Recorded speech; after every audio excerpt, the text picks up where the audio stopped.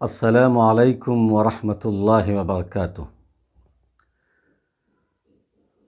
اعوذ باللہ من الشیطان الرجیم، بسم اللہ الرحمن الرحیم، الف لام میم صاد، کتاب انزل الیک فلا یکن فی صدرک حرج منہ لتنذر به وذکری للمؤمنین، اتبعوا ما انزل الیکم من ربکم ولا تتبعوا من دونه اولیاء قلیلا ما تذکرون، صدق اللہ العظیم۔ میں نے جو ابھی قرآن کریم کی آیت تلاوت کی، یہ آیت کریمہ 8ویں پارے کی سورہ اعراف کی پہلی اور دوسری آیت ہے۔ پہلے اس کا ترجمہ سماعت کر لیتے ہیں کہ اللہ تبارک و تعالی اس آیت کریمہ سے ہمیں کیا میسج دینا چاہتے ہیں اور کیا نصیحت دینا چاہتے ہیں اور کیا سیکھ دینا چاہتے ہیں، کیا پیغام دینا چاہتے ہیں۔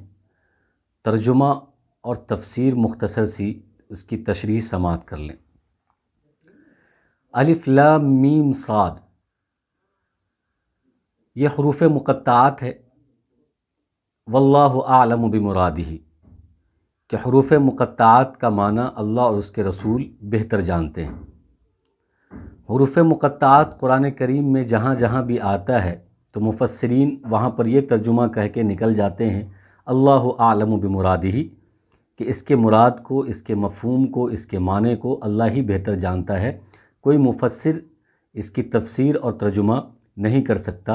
اس سے انسان کی بے بسی اور عاجزی بھی سمجھ میں آتی ہے کہ کوئی انسان اپنے کو یہ دعویٰ نہ کر دے کہ میں بہت بڑا عالم ہوں اور مجھے سب کچھ آتا ہے۔ تو جب بھی حروف مقطعات کا ترجمہ کرنے بڑے سے بڑے مفسرین بیٹھتے ہیں تو ان کو اس بات کا احساس ہو جاتا ہے کہ سب سے بڑا جاننے والا اللہ کی ذات ہے۔ ہم کتنا بھی جان لیں، کتنا بھی پڑھ لیں اور کتنی بھی تعلیم حاصل کر لیں، ہمیں حروف مقطعات کا معنی اور اس کی تفسیر معلوم نہیں ہو سکتا ہے۔ تو اس سے انسان کی بے بسی اور عاجزی سمجھ میں آتی ہے، اور کوئی انسان تکبر نہیں کر سکتا کہ مجھے بہت آتا ہے اور میں سب سے زیادہ جانتا ہوں۔ تو الف لام میم صاد، اللہ اعلم بمرادہ، اللہ اس کے صحیح مراد کو جانتا ہے۔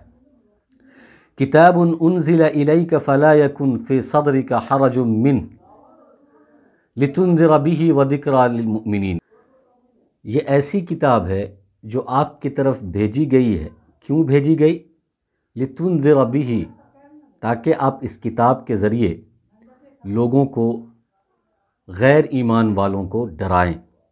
وذکری للمؤمنین، اور یہ کتاب مومنین کے لیے ہدایت ہے، نصیحت ہے، عبرت ہے۔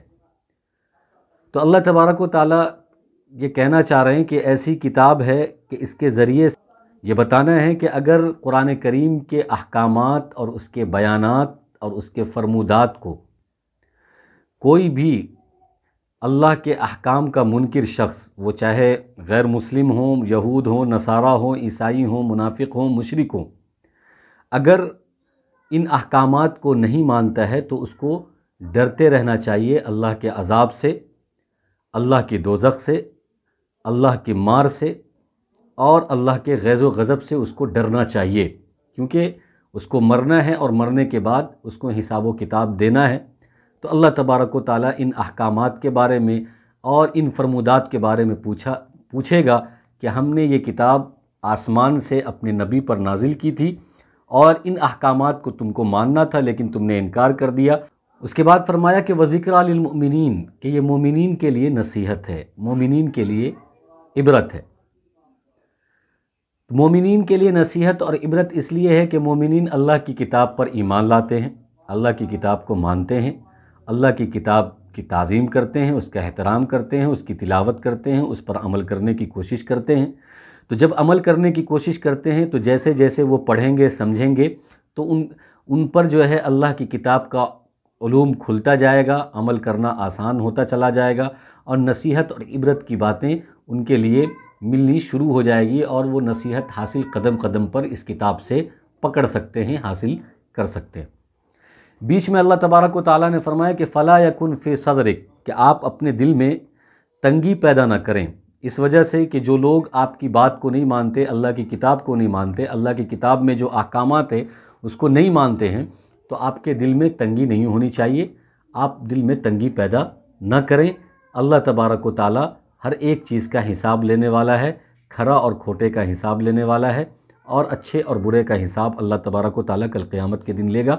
آپ اپنے دل میں تنگی نہ کریں۔ جو لوگ اس کتاب کو یا اس کتاب کے احکام اور بیانات کو نہیں مانتے ہیں تو آپ کو دل چھوٹا کرنے کی ضرورت نہیں ہے۔ اللہ کے نبی صلی اللہ علیہ وسلم کو اللہ تبارک و تعالیٰ نے ایک طرح کی تسلی بھی دی ہے۔ دوسری آیت ہے اتبعوا ما انزل الیکم من ربکم ولا تتبعوا من دونہ اولیاء، کہ جو چیزیں کتاب کے اندر اللہ تبارک و تعالیٰ نے نازل کر دی ہیں، مسلمانوں کو یہ ہدایت دی گئی ہے، ماننے والوں کو یہ ہدایت دی گئی ہے، مومنین کو یہ پیغام دیا گیا ہے کہ اتبعوا، کہ تم اتباع کرو، ما انزل الیکم، کہ جو تمہارے رب کی طرف سے نازل کر دیا گیا، ولا تتبعوا من دونہ اولیاء، اس کے علاوہ کسی اور چیزوں پر دھیان نہ دو، کسی اور چیز کی اتباع نہ کرو، اس کو چھوڑ کر کسی دوسرے رفیق اور دوست کے بہکاوے میں آ کر ان کی بات نہ مانو۔ اتباع کا کیا مطلب ہے؟ اتباع کا مطلب یہ ہے کہ قرآن کریم کے اندر اللہ تبارک و تعالیٰ نے جو بھی احکامات نازل کر دیے ہیں، وہ چاہے اوامر کے قبیل سے ہو یا نواہی کے قبیل سے ہو، یعنی جن کاموں کے کرنے کا حکم اللہ نے دیا ہے اس کو اوامر کہتے ہیں، جن کاموں سے اللہ نے روکا ہے ان کو نواہی کہتے ہیں۔ تو اوامر اور نواہی کے قبیل سے جتنے بھی احکامات اللہ نے کتاب کے اندر، شریعت کے اندر، دین کے اندر نازل کیا ہے، بتایا ہے، اس کو دل سے یقین کرنے کا نام اتباع ہے۔ ساری چیزوں کو ماننا، دل سے ماننا، دل سے یقین کرنا، اس کا نام ہے اتباع۔ اور اتباع کے اندر دوسری بات یہ بھی آتی ہے کہ جس چیز کو ہم دل سے یقین کرتے ہیں، جس چیز کو ہم دل سے مانتے ہیں، اس پر ہم عمل بھی کریں۔ صرف دل سے مان لینا کافی نہیں ہے، بلکہ تمام احکامات کو دل سے ماننے کے ساتھ ساتھ اس پر عمل بھی کرنا ہے، یہاں پر اتباع ہوگی۔ اب قرآن کریم کے جتنے بھی احکامات ہیں اس کو دل سے ماننا ہے، دل سے یقین کرنا ہے، اور پھر ساتھ ساتھ اس پر عمل بھی کرتے رہنا ہے، تو پھر اس پر عمل ہو جائے گا۔ اتبعوا ما انزل الیکم، کہ تم اتباع کرو ان چیزوں کی جو اللہ نے نازل کر دیا ہے، تمہارے رب نے نازل کر دیا ہے، ولا تتبعوا من دونہ اولیاء، اور دنیا کے لہو و لعب اور دنیا کے دوست اور بہکانے والے، پھنسانے والے، پھسلانے والے کی بات نہ مانو۔ قلیلا ما تتذکرون، لیکن بہت کم لوگ جو ہے اس بات کو سمجھتے ہیں، بہت کم لوگ نصیحت حاصل کرتے ہیں۔ اللہ تبارک و تعالی ہم سب کو عمل کی توفیق عطا فرمائے، آمین۔ وآخر دعوانا ان الحمد للہ رب العالمین۔